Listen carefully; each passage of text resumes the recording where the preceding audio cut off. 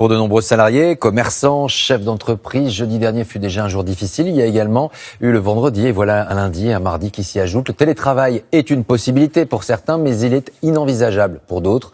Alors comment faire? Parole de ces Français qui s'interrogent. Yves Ginca, Samuel Guibou avec nos bureaux en région.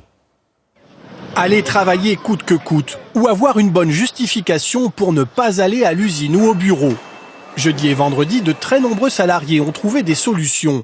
Mais à partir de demain, sera-t-il toujours possible de s'arranger avec son employeur?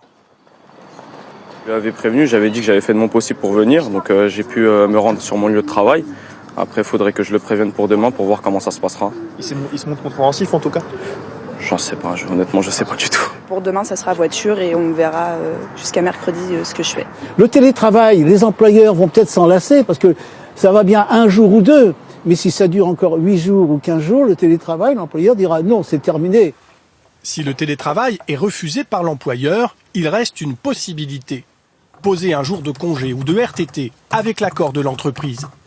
Si ce jour de vacances est refusé par l'employeur, il faut savoir que les salariés ont formellement le droit de ne pas aller travailler un jour de grève.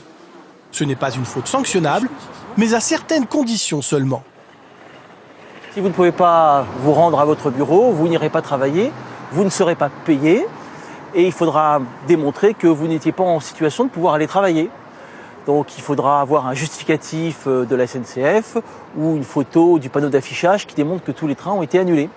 Si vous n'avez pas ça, votre employeur pourra vous sanctionner. Pour les retards, c'est pareil. S'ils sont justifiés par une preuve, comme cette photo, il n'y aura pas de sanction, mais les heures manquées ne seront pas payées. Pour récupérer le salaire perdu, les employeurs peuvent proposer aux salariés de rattraper ces heures en augmentant le temps de travail après les grèves. Alors, qui porte aujourd'hui la responsabilité de ce conflit? Les Français sont toujours divisés. Dans l'enquête du JDD aujourd'hui, 59% y ajoutent justement, imputent cette crise au gouvernement, 41% aux grévistes. On va faire le point sur cette réforme et sur les négociations et arbitrages qui sont toujours d'actualité au Palais de l'Élysée. D'abord, le point sur le trafic ce soir avec Gaëlan Dols à la gare de Lyon. Gaëlan, quelques chiffres sur ses prévisions pour les prochaines 24 heures. Eh bien Laurent, écoutez, le début de semaine s'annonce extrêmement difficile puisque seulement 15 à 20% du trafic sera assuré. Pour les TGV comme pour les intercités et les Transiliens, un train sur 5 circulera. En région, il y aura 3 TER sur 10 avec de grandes disparités. Un train sur 10 par exemple dans les Hauts-de-France alors qu'il y en aura 1 sur 2 en Auvergne-Rhône-Alpes.